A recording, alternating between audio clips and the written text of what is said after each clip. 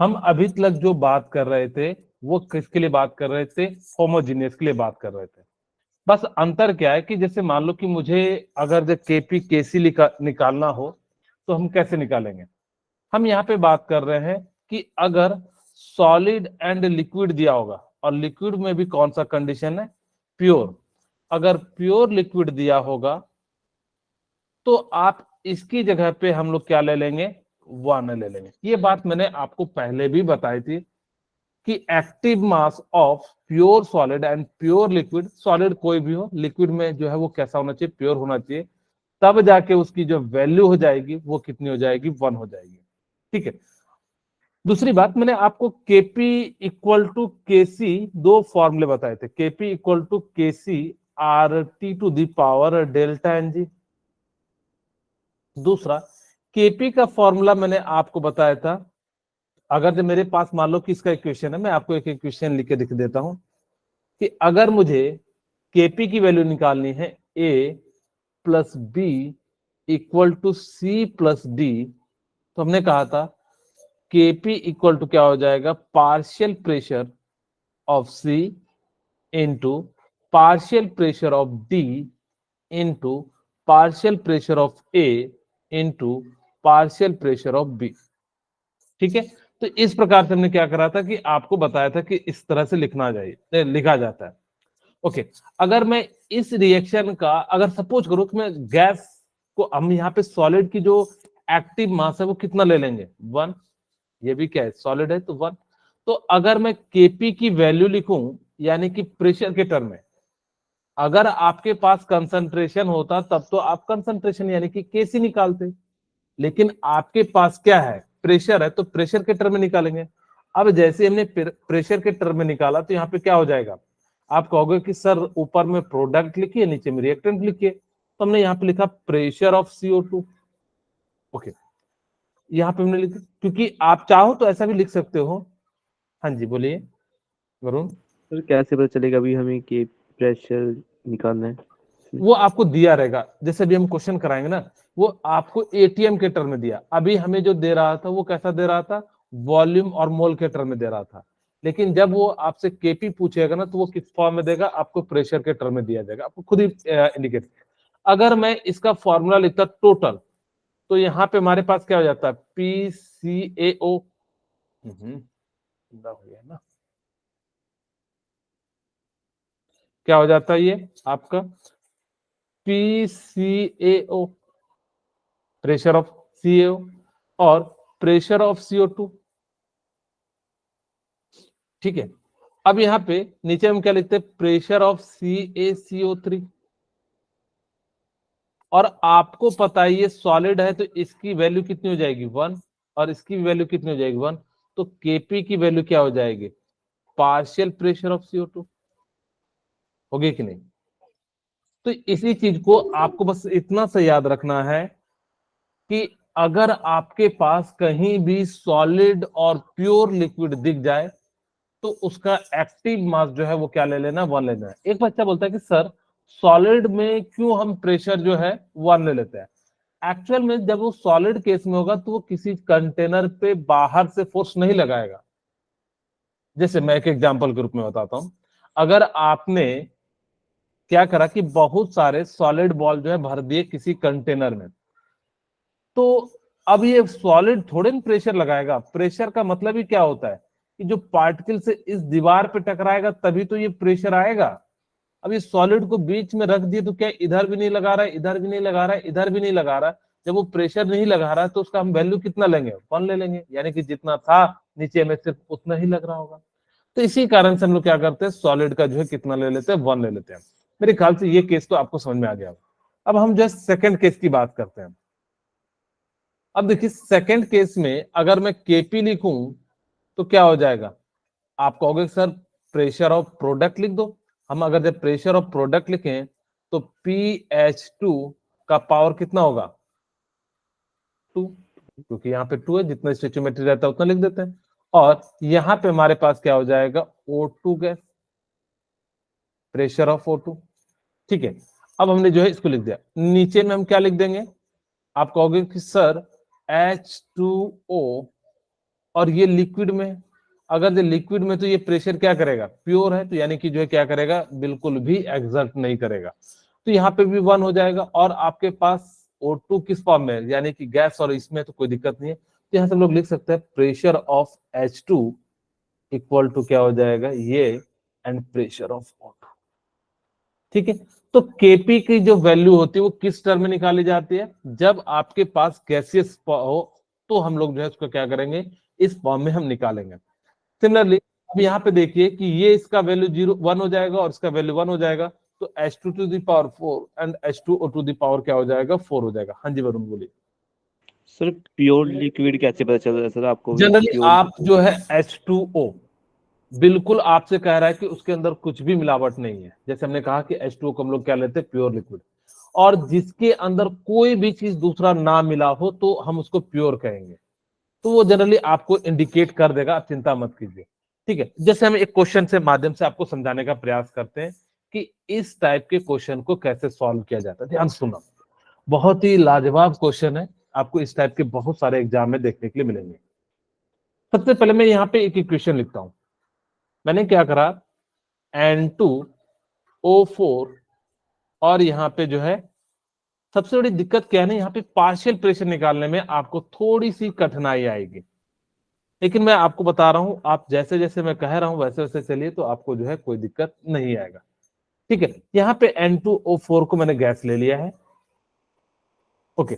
अब वो कहता है कि the given reaction is started with 5 मोल।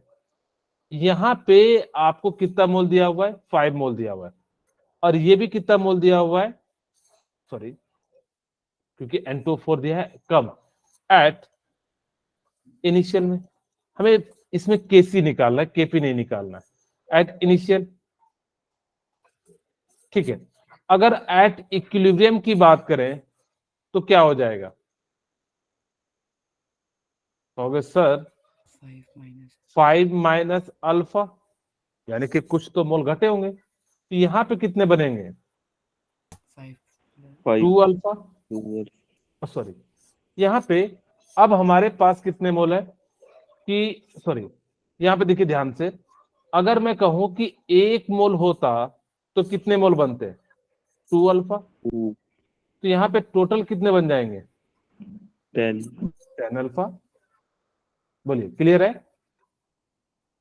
या आप ऐसे भी कह सकते हो कि सर आप 5 मोल में, तो हमें इसी चीज को समझाने के लिए हमने जो है यहाँ पे कितना ले लिया, 10 अल्फा ले लिया। ओके। अगर मैं यहाँ पे केसी की वैल्यू लिखूं तो क्या हो जाएगा, कहोगे sir NO2 to the power कितना हो जाएगा, स्क्वायर। अच्छा सबसे पहले कंसंट्रेशन निकालना पड़ेगा आपको, तो हम सबसे पहले कंसंट्रेशन निकाल देते हैं। तो कंसंट्रेशन क्या हो जाएगा, 5 माइनस अल्फा बाय, आप इसको चाहो तो 500 इंटू 1000 कर सकते हो, क्योंकि आप जो है इसको लीटर में कन्वर्ट करोगे तो ये ऊपर में आ जाएगा। ठीक है। और यहां से भी हम क्या लिख सकते हैं, 10 alpha divided by 500 into 1000 litre. बोलिए, चाहो तो आप इसको कटा दीजिए ताकि कि सिंपल कैलकुलेशन रह सके। अब हम यहां से केसी की वैल्यू लिख देते हैं। केसी की वैल्यू कितनी हो जाएगी, NO2 टू दी पावर कितना हो जाएगा, स्क्वायर। और यहां पे क्या हो जाएगा, N2O पावर क्या हो जाएगा, 1। अब हमने यहाँ पे NO2 की वैल्यू आपने कितनी लिखी है, तो आप कहोगे कि सर 10 अल्फा इंटू 2 का स्क्वायर, ये तो लिखे हैं 10 अल्फा इंटू 2। नीचे में कितना हो जाएगा, 5 माइनस अल्फा इंटू 2। ओके। चलिए अब इसको मैं सॉल्व कर देता हूं। अब यहाँ पे आपको क्या कह रहा है कि केसी की वैल्यू निकालनी है। ओके। अच्छा यहाँ पे एक कंडीशन और दिया हुआ है, क्या दिया हुआ है, थोड़ा सा,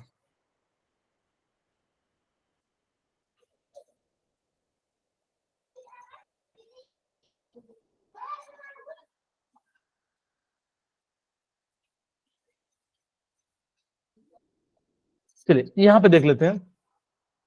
तो हमारे पास कंडीशन क्या दिया हुआ है, इन्होंने जो एक्स ही ले लिया है तो 2x के फॉर्म में ही इन्होंने सॉल्व किया, तो हम लोग भी 2x के फॉर्म में ही कर लेते हैं। वैसे आप यहाँ पे वैल्यू रखोगे तो कोई दिक्कत नहीं आएगी, ठीक है। तो हमने इसको कितना ले लिया, 2x ले लिया, क्योंकि हमने 5 मोल में जो है लिया है x, तो यहाँ पे जो है कितना हो जाएगा, 2NO का जो है 2x हो जाएगा।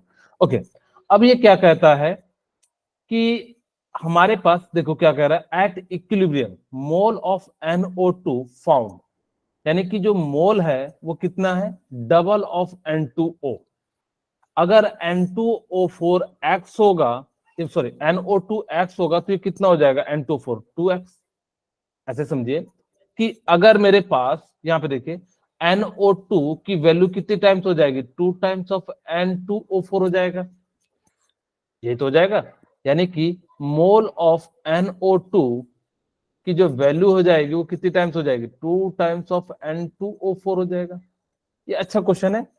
ओके, अब हम यहां से इसकी जो है, आपने जो है कितना वैल्यू निकाला NO2 का, यहाँ पे जो है NO2 है, तो NO2 का वैल्यू आपने 2x निकाला, इक्वल टू कितना हो जाएगा, 2 times of 5 minus x।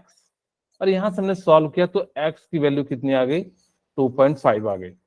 Okay, अब यहाँ पे देखिए x की वैल्यू यहाँ पे रखेंगे तो N2O4 कितना आ जाएगा, हो गया सर 2.5, और N2 कितना हो जाएगा, ये भी कितना हो जाएगा 2.5, क्योंकि x की वैल्यू कितनी, अच्छा सॉरी, x की वैल्यू 2.5 है, तो ये कितना हो जाएगा आपका 5 हो जाएगा,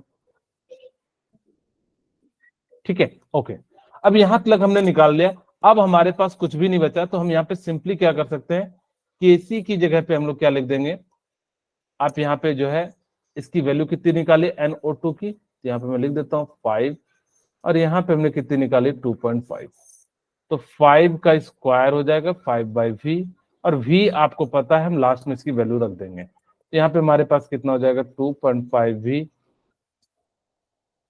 ठीक है। अब v आप यहाँ पे रखोगे तो दोनों क्या हो जाएगा, कट जाएगा, एक v बच जाएगा, आप चाहो तो इसकी वैल्यू रख सकते हैं।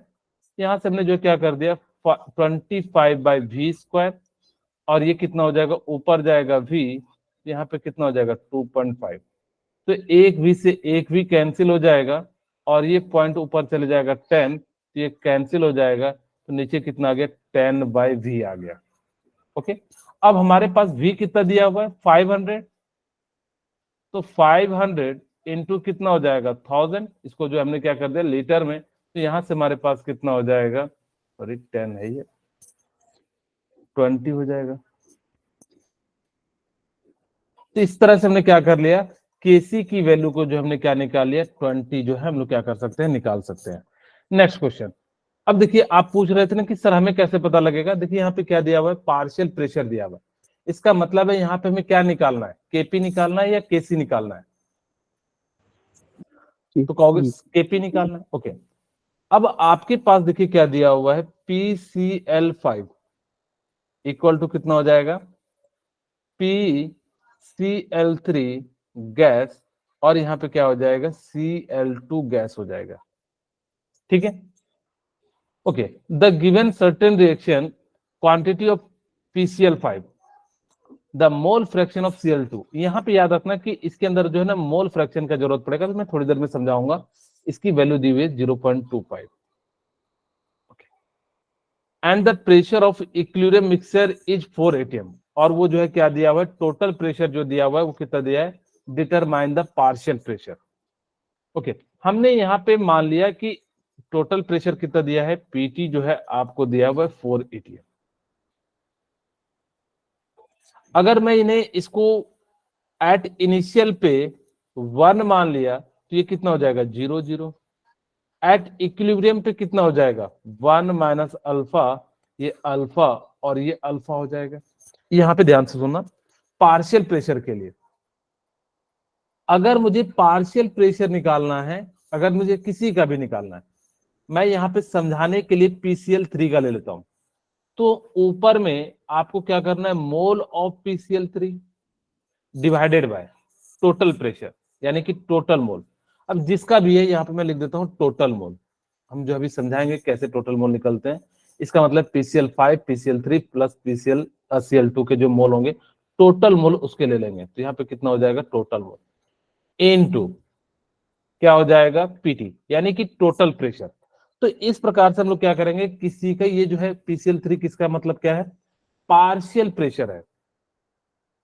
और आपको याद हो मोल कॉन्सेप्ट मैंने बताया था मोल फ्रैक्शन निकालने के लिए, एक्चुअली में ये रॉड्स लॉ से आता है। अभी आपको ये रॉड्स लॉ नहीं सीखना है, क्योंकि आप जब 12th में जाओगे सॉल्यूशन यूनिट में, वहां पे मैं बताऊंगा कि partial pressure is directly proportional to the mole fraction into total pressure. फिलहाल हम लोग यार directly proportional to the mole fraction, तो इस प्रकार से जो है वहां पे हम लोग जो है बताते हैं। फिलहाल हमने यहाँ पे इक्विलिब्रियम पे निकाल लिया, लेकिन हमने जो है पार्शियल प्रेशर नहीं निकाला। तो यहाँ पे हम पार्शियल प्रेशर निकालते हैं। तो देखिए हमने क्या कहा कि भाई पार्शियल प्रेशर के लिए जिसका निकालना है उसका मोल रख दीजिए, 1 प्लस जो है 1 माइनस अल्फा, ठीक है। नीचे में टोटल मोल, तो ये 1 माइनस अल्फा, और यहाँ पे कितना हो जाएगा 1 minus alpha plus alpha total mole into PT. PT अभी हम रख नहीं रहे, 4 है हमारे पास, लेकिन हम अभी जो क्या कर रहे हैं पीटी लिख दे रहे हैं। सिमिलरली यहाँ पे हमारे पास कितना हो जाएगा, अल्फा डिवाइडेड बाई, इसको सॉल्व करके 1 प्लस अल्फा लिख दूं। सर जैसे आपने 8O2 पे निकाला, इक्विलिब्रियम पे निकाला सर, ये तो सर हाँ, ये प्लस नहीं होगा, कौन 1 सा, 1 माइनस अल्फा, तो सर इधर जाके सर प्रोडक्ट सेट जाके सर ये 2 माइनस अल्फा नहीं होगा? इधर साइड है। यस अच्छा सर। एक बात बताइए, अगर मैं कोई रिएक्शन को, जैसे सपोज कीजिए मैं यहाँ पे क्या कर रहा हूँ कि किसी चीज को फॉर्मेशन कर रहा हूँ, जैसे मैंने H2 प्लस Cl2 को रिएक्शन कराया और HCl एसिड का फॉर्मेशन किया, शुरू में ये कितने होंगे, 0। जी अगर जब जब मान लो H2Cl2 को आपने किसी कंटेनर में डाला ही, तो थोड़ी से जब हमने रिएक्शन स्टार्ट नहीं हुआ होगा, ये स्टार्ट होने के थोड़ी देर बाद ही तो ये बना होगा। Yes sir. अगर आपने क्या करा कि कुछ मोल जो है कंजर्व करा दिए, यानी कि रिएक्ट करा दिए, तो वही मोल तो यहाँ फॉर्मेशन होगा, जितना मोल यहाँ खत्म होगा, तो यहाँ पे माइनस यस होगा क्या, क्योंकि ये जैसे यस जैसे बढ़ेगा ये वैसे वैसे क्या हो जाएगा, आपका बढ़ते चले जाएगा, तो ओके इसीलिए सर। यहाँ पे माइनस नहीं होगा। ओके, अब यहाँ पे हमारे पास ये जो है क्या हो गया, क्योंकि ये ज्यादा जरूरी है आपको पार्शियल प्रेशर निकालना। अगर हमने पार्शियल प्रेशर निकाल लिया तो अब हमारे लिए कोई दिक्कत नहीं है, हम सिंपली क्या कर सकते हैं, केपी इक्वल टू क्या लगाएंगे, पार्शियल प्रेशर ऑफ Cl3, ठीक है, हम क्या लगाएंगे।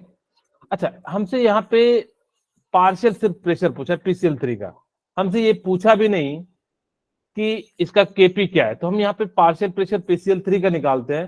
तो हमारे पास यहाँ पे कितना है, अल्फा, ओके। और आपको Cl2 का दिया हुआ है मोल फ्रैक्शन, अगर ये 1 मोल है तो ये भी तो 1 मोल होगा। यहाँ पे देखिए, अगर ये 1 मोल होगा तो ये कितना मोल होगा, 1 मोल। 1। अगर 1 मोल के लिए हमें पता है कि ऊपर में जो मोल फ्रैक्शन निकालते हैं उसका मोल divided by total mole, total mole तो अभी भी सेम है, तो इसका मतलब है मोल फ्रैक्शन दोनों का सेम हो जाएगा। क्या ये बात समझ में आई आपको, फिर रिपीट से करना सर। मैंने कहा मोल फ्रैक्शन, जैसे सपोज कीजिए मेरे पास 2 कंपाउंड है, मैं कह रहा हूं कि H2 प्लस Cl2, यहाँ पे मैं ABC के फॉर्म में समझाता हूं। याद देखिए मैंने क्या करा कि A plus B equal to C plus D निकाला।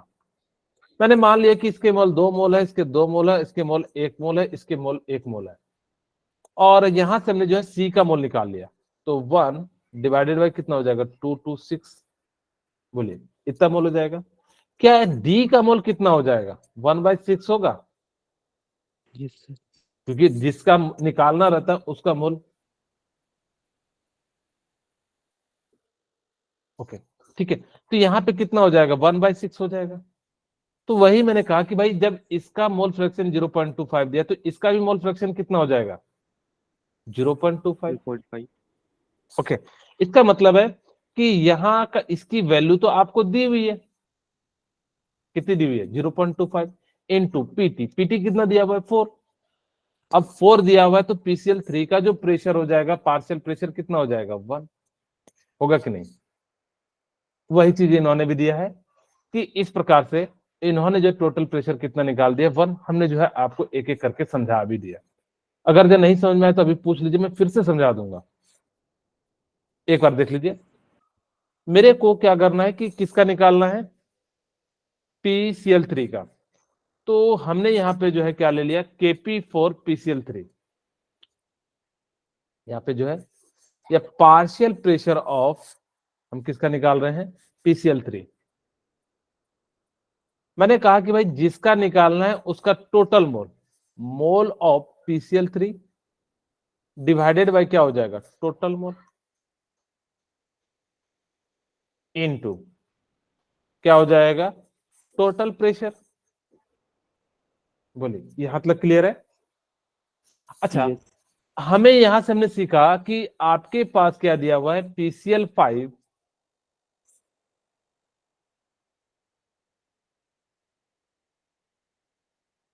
PCl3 प्लस Cl2 का जो है फॉर्मेशन कर रहा है। हमें Cl2 का मोल फ्रैक्शन दिया हुआ है, मोल फ्रैक्शन ऑफ Cl2 कितना दिया हुआ है, 0.25। अगर ये 1 मोल है, ये भी 1 मोल है, तो इसका मतलब है मोल फ्रैक्शन कितना हो जाएगा, जितना Cl2 का है उतना ही PCl3 का हो जाएगा। तो यही मोल फ्रैक्शन हमें जो है क्या लिख सकते हैं, इसकी जगह पे mole fraction of PCl3 into PT। और आपको मोल फ्रैक्शन जो है, हमने कहा कि 1 मोल इसके लिए निकालिए चाहे 1 मोल इसके लिए निकालिए, तो मोल फ्रैक्शन तो सेम आ जाएगा। बट अगर यहाँ पे 2 मोल होता, 3 मोल होता, तब हमें जो है क्या करना पड़ता, निकालना पड़ता। और ये जो है वैल्यू कितनी दी हुई है, आपको 4 दी हुई है। यहाँ से हमने मल्टीप्लाई किया कि तो कितना वैल्यू आ गया, 1 ATM आ गया। ठीक है, ओके। अब देखिए आपसे पूछा है केपी की वैल्यू, ये एग्जाम के क्वेश्चन है।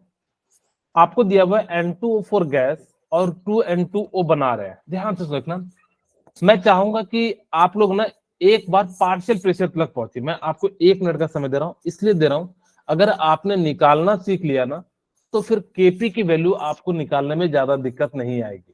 तो एक बार फटाफट से आप ट्राई कीजिए। मैं एक बार इक्वेशन लिखता हूं यहाँ पे, मतलब N2O4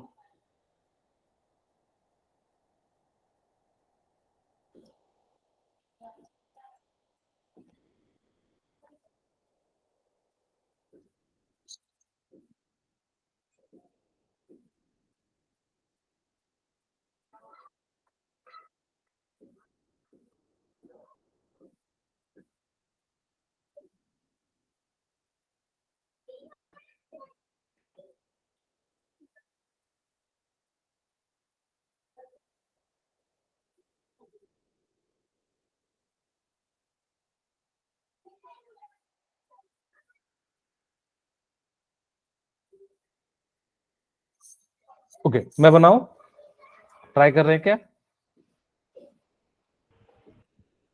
यस ओके ट्राई कीजिए। मैं इसलिए दे रहा हूं ना आपको, एक बार सभी जरूर ट्राई करें। आप ट्राई करेंगे तभी आप लोग जो है सीख पाएंगे।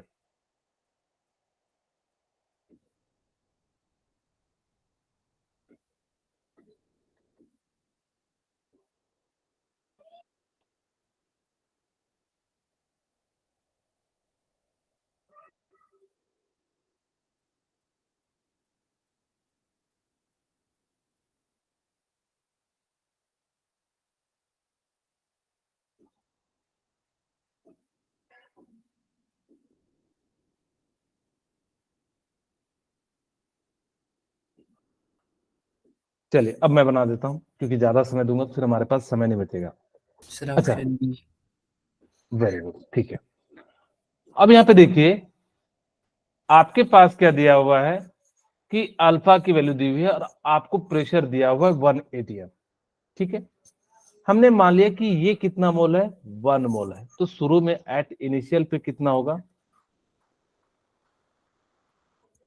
ये 0 होगा।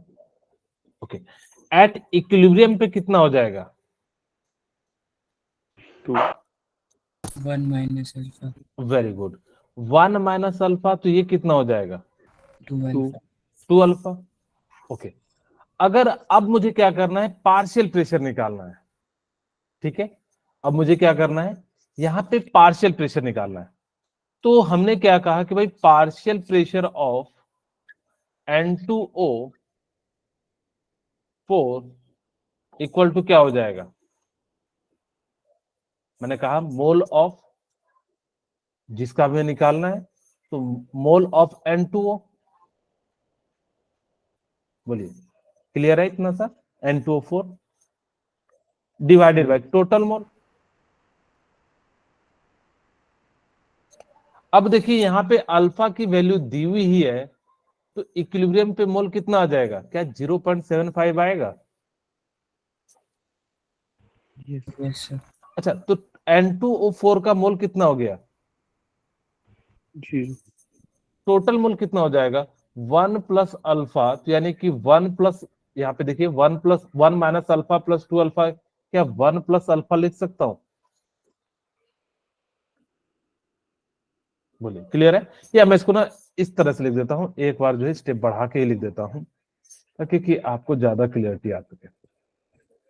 ओके, हमने जो है क्या निकाला कि भाई मुझे जो है निकालना है क्या, पार्शियल प्रेशर निकालना है। हम सबसे पहले पार्शियल प्रेशर जो है N2O का निकालते हैं। तो हमने लिखा partial pressure of N2O4 equal to mole of N2O4 divided by total mole into PT, यानी कि टोटल प्रेशर।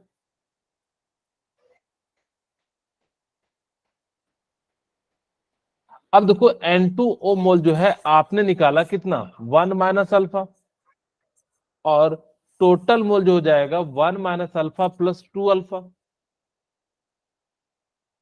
क्या यहां तक अगर किन्हीं को कोई डाउट है तो मुझसे पूछ सकते हैं। अब मैंने इसको सॉल्व किया तो यहां से हमारे पास कितना आ जाएगा, 1 minus alpha divided by 1 plus alpha, और अल्फा की वैल्यू आपको पता है कितनी दी हुई है, 0.25 डिवाइडेड बाय कितना हो जाएगा 1 प्लस 0.25। अब यहां से हमने जो है क्या कर दिया, इसको सॉल्व करते हैं, तो इसकी वैल्यू कितनी आ गई 0.75 डिवाइडेड बाय कितना हो जाएगा, या आप ऐसा भी कर सकते थे कि सबका मोल निकाल के हम एक एक करके मोल ना निकाल के, क्या पता कि आगे चल के बहुत सारा टर्म कट जाए, तो हम इसको अभी फिलहाल कैलकुलेट नहीं कर रहे हैं, हम इसको ऐसे ही रहने दे रहे हैं, हम बाद में इसको देख लेंगे कि कट रहा है कि नहीं कट रहा है। हम सिमिलरली क्या निकालते हैं, mole fraction of N2O, NO2, ठीक है। तो ऊपर में कितना मोल है इसका, 2 अल्फा डिवाइडेड बाय टोटल मोल कितना हो जाएगा 1 प्लस अल्फा। अब आपको जो है Kp की वैल्यू निकालनी है, तो मोल फ्रैक्शन ऑफ, ठीक है, क्या हो जाएगा आपका NO2, ठीक है। यहाँ पे आप 1 से मल्टीप्लाई करोगे तो भी 1 ही आएगा, इसलिए हमने जो इसको मल्टीप्लाई नहीं किया है, क्योंकि यहाँ पे टोटल प्रेशर से मल्टीप्लाई करना पड़ेगा। तो हमारे पास प्रोडक्ट कितना है, 2 अल्फा इन 1 प्लस अल्फा का स्क्वायर डिवाइडेड बाय कितना हो जाएगा 1 minus alpha divided by 1 plus alpha. क्या बोले, इतनी सी बात समझ में आई? यस सारी चीजें कैलकुलेशन बेस्ड है। अच्छा देखिए, मैं इसी चीज को Kp को ऐसा लिख दूं, 4 alpha square divided bye 1 plus alpha का स्क्वायर, और ये ऊपर में चले जाएगा 1 प्लस अल्फा, और नीचे में क्या आ जाएगा 1 माइनस अल्फा। ये स्क्वायर से क्या हो जाएगा, कैंसिल आउट हो जाएगा। अच्छा, यहां से हम लोग लिख सकते हैं Kp इक्वल टू कितना हो जाएगा, 4 alpha square, 4 alpha square divided by क्या हो जाएगा 1 plus alpha into 1 minus alpha, और इसी की वैल्यू क्या होती है, Kp equal to 4 alpha square, और आपको पता है, अब चाहो तो इसकी वैल्यू रख सकते हो, अब हमारे पास कोई दिक्कत नहीं है, अल्फा की वैल्यू हम रख देते हैं, कितना है अल्फा की वैल्यू 0.25 इंटू 0.25, नीचे में 1 प्लस 0.25, तो यानी कि 1.25 इंटू 0.75, तो इससे कटा देते हैं 25 दिया और 25 पंचे, तो आपकी वैल्यू कितनी आ गई 4/15। और इसकी हम जो है सॉल्व करते तो कितना आ जाएगा 0.2 यानी कि 30 और बचा कितना 10 यानी कि 2.6 यानी कि जो प्रेशर हो जाएगा वो कितना हो जाएगा 0.26 हो जाएगा। बोलिए क्लियर है? Yes yes sir. अब अप्रोक्स में इसकी वैल्यू कितनी आ जाएगी, एक के करीब करीब आ जाएगी 0.28 है। हमारी जो है कितनी आई 0.26 है, हमने जो है अप्रोक्स ले लिया इसलिए जो है थोड़ा बहुत जो है वो हो गया। ठीक है, बोलिए क्लियर है इतनी सी बात? यस नेक्स्ट क्वेश्चन करें। अब देखिए ये क्वेश्चन है, यही कई क्वेश्चन है। अब आपसे पूछ रहा है if degree of dissociation of HI is alpha calculate the expression of equilibrium constant Kc of the reaction. आपसे जो है Kc का रिएक्शन पूछा गया है। अब मुझे बताएंगे कि आप लोग जो है फटाफट से इसका जो है एक बार जो है सॉल्व करने का ट्राई कीजिए, फिर जो है मैं इसको सॉल्व कराता हूँ। ठीक है, मैं आपको 1 मिनट का समय दे देता हूँ, तो लोग मैं पानी पी लेता हूँ।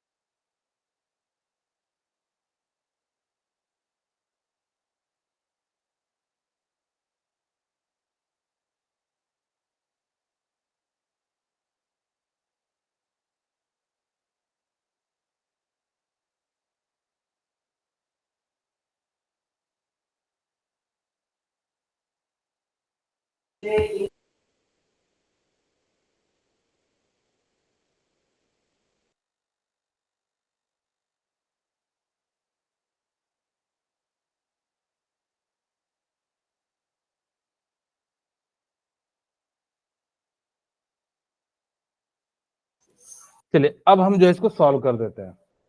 ठीक है, हम सबसे पहले इसका इक्वेशन लिखते हैं। हमारे पास क्या हो जाएगा 2HI और ये क्या दिया हुआ है H2 गैस प्लस I2। बोलिए क्लियर है इतनी सी बात? यस अगर मैं इनिशियली इसके मोल को कितना मान लेता हूं 1 मोल, ये कितना हो जाएगा 0 0। यहां तक तो मेरे ख्याल से किन्हीं को कोई दिक्कत नहीं होगा। बोलिए किन्हीं को कोई दिक्कत है तो मुझे बता दीजिए अभी तक। अगर मैं इक्विलिब्रियम पे चले जाऊं एट इक्विलिब्रियम, इन्होंने कहा कि भाई आपको जो है ना HI की वैल्यू कितनी दी हुई है अल्फा दी हुई है।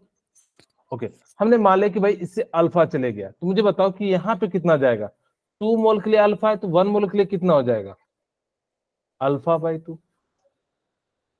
ठीक है, यहां तक तो हो गया। आपने अल्फा बाय 2 ओके, यहाँ पे अब देखो ये 2 मोल के लिए है ना अल्फा, ये कितने मोल के लिए है 2 मोल के लिए अल्फा है, तो 1 मोल के लिए कितना हो जाएगा 2 अल्फा बाई 2, हाफ ही तो बनेगा। अगर यहाँ पे मैं कह रहा हूं कि 2 आदमी खा रहे हैं और यहाँ पे एक आदमी कितना खाएगा, तो आधा ही तो खाएगा, आधा ये आधा ये।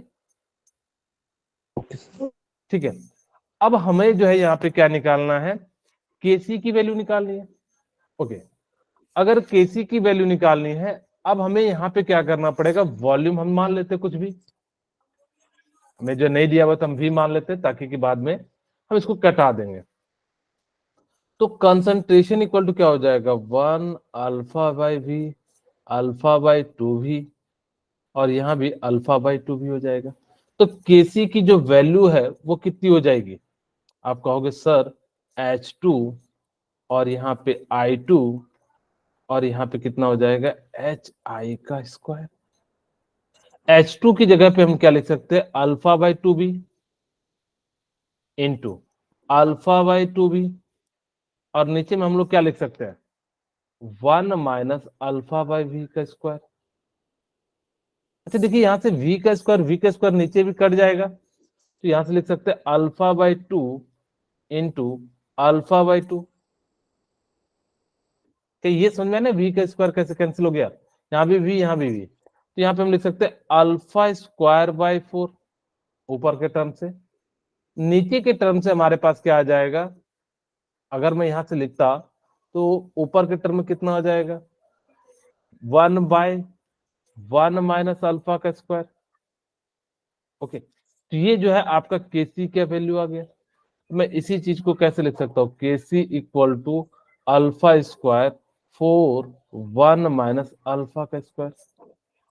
बोलिए क्लियर है। Yes. अब देखते चेक करते कौन सा, हाँ, तो 4 1 माइनस अल्फा का स्क्वायर कहाँ है, 4 यानी कि जो है डी, ऊपर में भी अल्फा है ना, ठीक है, अल्फा स्क्वायर। तो इसका राइट आंसर क्या हो जाएगा, alpha square into 4 1 minus alpha का स्क्वायर हो जाएगा। ठीक है, ऑप्शन बी, ऑप्शन बी भी सेम है। नहीं, ये अंदर में है, जबकि हमें क्या लेना है, बाहर वाला लेना है, 1 माइनस अल्फा का स्क्वायर यानी कि बाहर वाला। ठीक है, ओके, चलिए नेक्स्ट क्वेश्चन बात करते हैं। अब हम लॉ ऑफ मास एक्शन की बात करते हैं। एक्चुअली मैंने लॉ ऑफ मास एक्शन जो ना आपको कई तरीके से मैंने बताया था। अगर मैं सिंपल शब्दों में समझाऊं कि लॉ ऑफ मास रिएक्शन क्या कहता है कि जब आप कोई रिएक्शन कराओगे तो उसका रिएक्टेंट कितना होगा, यानी कि प्रोडक्ट का जो डायरेक्टली जो डिपेंड करता है वो कंसंट्रेशन ऑफ रिएक्टेंट करता है। आपको एक दिन मैंने बताया था, जैसे मैं पहले एक सिंपल एग्जांपल के साथ समझाता हूं, तो आपको फिर जो है आपको इसके माध्यम से समझाने का मैं प्रयास करूंगा। ध्यान से सुनिएगा। अगर मेरे पास क्या हो जाए, सपोज कीजिए मेरे पास ना 1 गिलास पानी है, मैं 2 तरीके से समझा रहा हूं। मैंने ना 2 गिलास पानी ले लिया, यहाँ पे 2 गिलास पानी ले लिया। हाँ, आप लोग पानी पियेंगे क्या,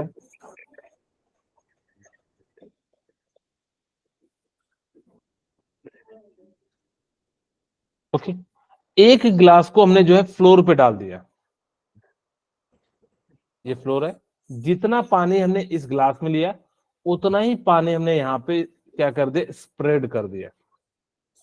अब मुझे बताइए कि अगर जितना पानी, अब मुझे बताइए कि रेट ऑफ इवेपोरेशन किसका ज्यादा होगा, ग्लास वाले का या सरफेस वाले का, सरफेस वाले का। क्यों, क्योंकि इसका सरफेस एरिया ज्यादा है, तो रिएक्शन करने वाले पार्टिकल्स जो होंगे वो ज्यादा होंगे। लेकिन अगर मैं इसमें बात करूं तो सिर्फ और सिर्फ अपर वाले ही तो इवेपोरेट होंगे, यानी कि यही वाला पोर्शन क्या हो रहा होगा, रिएक्शन में पार्टिसिपेट कर रहा होगा। तो वही चीज कहता है कि rate of reaction is proportional to the product of concentration of each reactant, यानी कि कितना प्रोडक्ट बनेगा ये किस पे डिपेंड करता है, तो आपका जो है कंसंट्रेशन ऑफ रिएक्टेंट पे डिपेंड करता है। मैंने आपको बताया था कि कौन सा रिएक्शन फॉरवर्ड डायरेक्शन जाएगा, कौन सा रिएक्शन जो है बैकवर्ड डायरेक्शन जाएगा। ये सारी चीजें हमने जो है डेल्टा एनजी के माध्यम से हमने निकालना सीख लिया था। हमने के फॉरवर्ड भी बताया था कि के फॉरवर्ड कैसे लिखते हैं, के बैकवर्ड कैसे लिखते हैं। अब जैसे the law of mass action state the rate of chemical reaction is directly proportional to the product the reactant concentration value. ये जो डायरेक्टली प्रोपोर्शनल है, जैसे हमने आपको बताया था कि मेरे पास ये ए है और बी, ये बी है और ये सी एंड ये सी है और ये डी एंड डी है।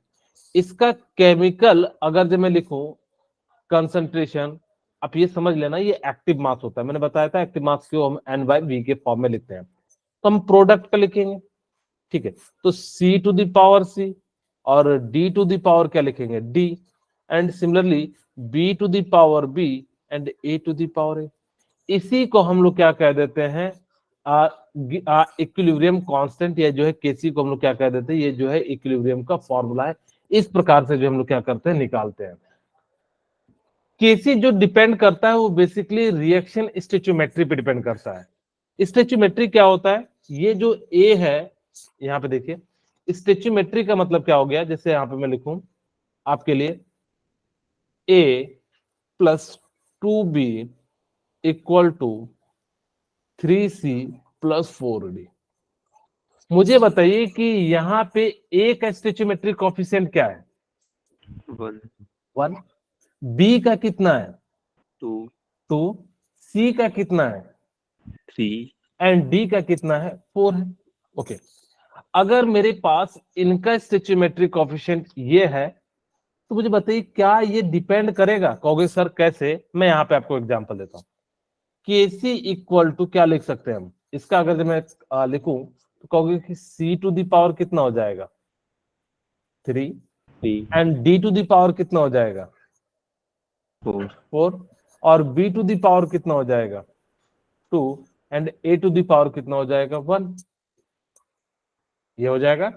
ओके, अगर ये हो जाएगा, अगर इन केस में सेकंड लिखता हूं, a plus 3b equal to 5c plus 6d, क्या अभी भी केसी की वैल्यू सेम होगी? नहीं, अब वो चेंज हो जाएगी। c टू दी पावर कितना हो जाएगा? 5। And d to the power कितना हो जाएगा? 6। And b to the power कितना हो जाएगा? 3। And a to the power कितना रहेगा? 1। तो वही कहता है कि केसी की जो वैल्यू है वो आपकी स्टिचियोमेट्री पे डिपेंड करता है। आप जिस प्रकार से बढ़ाओगे तो उस प्रकार से जो है क्या हो जाएगा, आपका ये जो है बढ़ जाएगा। दूसरा होता है टेम्परेचर, क्योंकि टेम्परेचर के बढ़ाने से ये जो है केसी एंड केपी का जो रेट होता है रिएक्शन करने का, वो जो है क्या हो जाता है, चेंज हो जाता है। अब हम बात करते हैं इसका एप्लीकेशन कहाँ होता है लॉज ऑफ मास एक्शन का।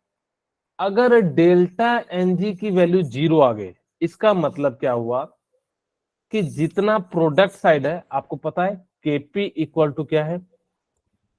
केसी R T to the power क्या लिखते थे? Delta N G. क्या ऐसा लिखते थे? और Yes. डेल्टा एनजी जो निकालते तो कैसे निकालते थे? Mole of product product minus mole mole of of reactant reactant. किसका लेना? सॉलिड का लेना है, लिक्विड का लेना है, या गैस का? Yes. गैस गैस का का। Only for gaseous atom. ठीक है, नीचे लिख देता हूं, ओनली फॉर गैसियस एटम।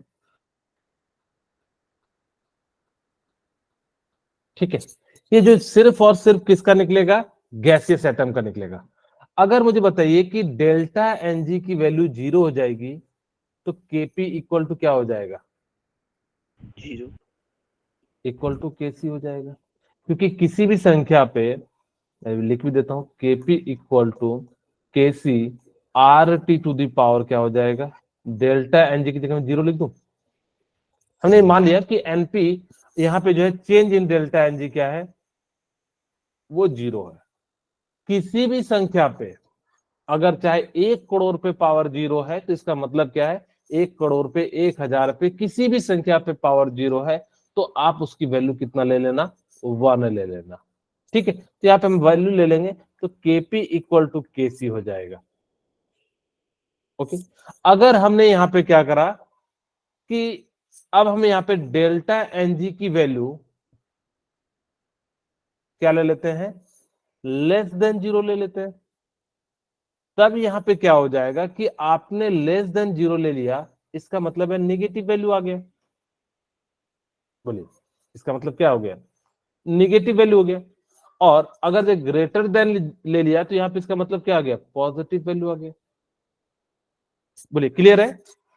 अच्छा, मैं आपको यहाँ पे कोई एक टर्म लेके समझा देता हूँ। यहाँ पे मैं जो है निगेटिव वाला ले लेता हूँ ताकि कि आप जो खुद ही पॉजिटिव वाला टर्म समझ जाएंगे। मैं वापस से लिखता हूं, तो केपी आपको दिख रहा है ग्रीन कलर की? नहीं दिख रहा है?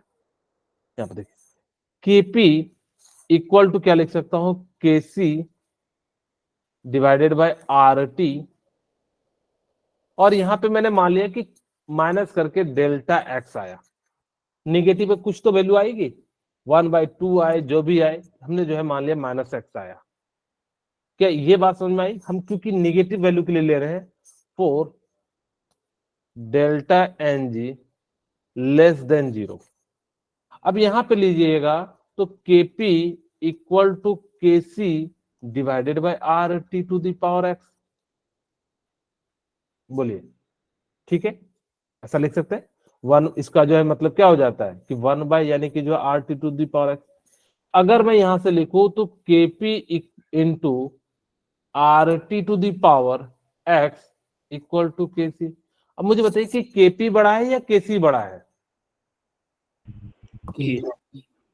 कौन सा बड़ा है? केसी बड़ा है, क्योंकि केसी। आप 2 अगर से मैं यहाँ पे इसको 4 मान लेता हूं तभी तो ये बराबर होगा। तो कौन बड़ा, केपी बड़ा या केसी बड़ा? तो आप कह सकते हैं केसी की वैल्यू क्या हो जाएगा, केपी के बराबर यानी कि जो हो जाएगा। बोलिए, क्लियर है? Yes sir. ओके।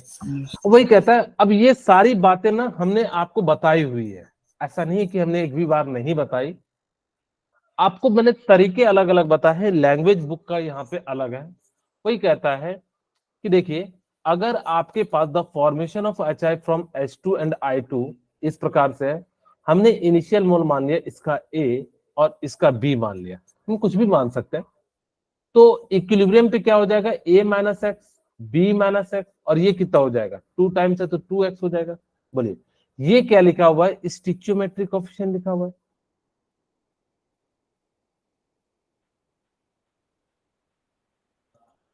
ठीक है, स्टिचियोमेट्रिक कोएफिशिएंट।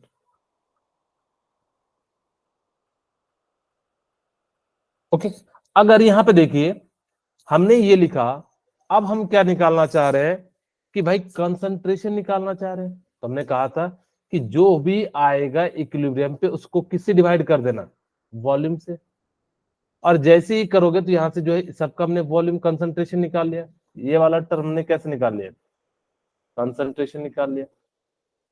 ओके, अब हमने यहाँ पे कंसंट्रेशन निकाले तो केसी की जगह पे हम लोग क्या करेंगे, इन सभी की वैल्यू को डाल देंगे। अब जैसे ही डाल देंगे तो आपके पास क्या बन जाएगा, K C equal to 4x² a minus X B minus X. इसको सॉल्व करने के बाद आप यहां से देखिए v से v² कैंसिल हो जाएगा और 2x यानी कि 4x हो जाएगा और नीचे में ax माइनस bx बच जाएगा। तो इस प्रकार से हमने जो है क्या कर दिया, इस प्रकार से लिख दिया। When a equal to b equal to 1, अगर आपने यहाँ पे a और b दोनों को 1 मान लिया तो degree of dissociation of H2 और I2 क्या हो जाएगा, आप यहाँ पे हम लोग सिंपली क्या कर देंगे कि इनकी जगह पे 1 माइनस क्या हो जाएगा, x का होल स्क्वायर। और जैसे ही आपने यहां से कर दिया तो यहाँ पे x की वैल्यू जो है बहुत बहुत जो है क्या हो जाएगी, छोटी होगी 1 से। तो आप इसको चाहो तो जो है अप्रोक्स 1 माइनस एक्स क्या हो जाएगा, 1 हो जाएगा। अब जैसे ही लिखे तो यहाँ से क्या हो जाएगा, केसी इक्वल टू 4x²। तो वही कहता है कि at equilibrium the degree of dissociation is independent of volume. अगर आपने लिया है तो वो इस केस में क्या हो जा रहा है कि डिग्री ऑफ जो वॉल्यूम है इंडिपेंडेंट हो जा रहा है। सिमिलरली हमने प्रेशर के टर्म में आपको बताया, हम सबसे पहले क्या करते थे कि भाई इक्विलिब्रियम सेम केस है। देखिए यहाँ पे हमारे पास क्या है कि H2 कहां गया हमारा, यहाँ पे देखिए H2 plus I2 equal to क्या है, HI। ठीक है, सारे गैस है। अगर मैंने क्या करा कि इसका मोल, आपको यहां पे देखिए हमने मान लिया कि ये कितना मोल है, A मोल है, और ये कितना मोल है, B मोल है। इसमें से X जा रहा है, इसमें से भी क्या जा रहा है, X जा रहा है। तो ये कितना बन रहा है, 2x। हमने कहा कि इसको अब ये तो इक्विलिब्रियम पे, अगर मुझे क्या निकालना हो, पार्शियल प्रेशर निकालना हो, तो हमने क्या कहा कि भाई मोल फ्रैक्शन निकालिए। तो वही करता है कि पार्शियल प्रेशर ऑफ H2 हमें जो है, तो इसका मोल A minus x divided by कितना हो जाएगा, टोटल मोल। ठीक है, तो टोटल मोल कितना हो जाएगा, A माइनस, अब मैं यहां पे निकाल देता हूं पार्शियल प्रेशर A के लिए, पार्शियल प्रेशर ऑफ H2। तो क्या हो जाएगा, मोल ऑफ A मतलब H2 तो A माइनस एक्स। तो यहां पे हमारे पास कितना हो जाएगा, divided by total mole, A minus X plus B minus X plus 2x। अब देखो ये 2x है और ये -2 है, तो यहां से क्या लिख सकते हैं, a minus X equal to a plus B. तो वही सिमिलरली B2 के लिए निकालेंगे, सिमिलरली C2 के लिए निकालेंगे, और यहाँ पे हम जो है PT यानी कि टोटल प्रेशर से मल्टीप्लाई कर देंगे। और जैसे ही सॉल्व कीजिएगा तो यहाँ से KP की जो वैल्यू आ जाएगी 4x into a minus X B minus. मैं कहूंगा कि आप इन फॉर्मूले को याद नहीं रखना, जैसे मैंने तरीका बताया था आप उनको याद रखना। उससे क्या होगा कि आपको कोई भी चीज याद नहीं रखना पड़ेगा। और इसी प्रकार से जो है डिसोसिएशन ऑफ पीसीएल 5 के लिए हम लोग निकालेंगे। तो अलग अलग एक बार जो है कंसंट्रेशन निकालेंगे, एक बार जो है क्या निकालेंगे, पार्शियल प्रेशर के लिए जो हम लोग निकालेंगे। तो मैंने तरीके जो है आपको बता दिए, तो आपको वही पुराना वाला तरीका यूज करना है। इन्होंने जो है डायरेक्टली नहीं देके जो है क्या करा है कि आपको एक फॉर्मूला के बेस में दे दिया है। ठीक है, तो हम फॉर्मूला क्यों याद रखेंगे, जब हम जो एक चीज से 10 चीज याद रख सकते हैं तो आप उन्हीं चीज को याद रख लीजिएगा। ठीक है, ओके।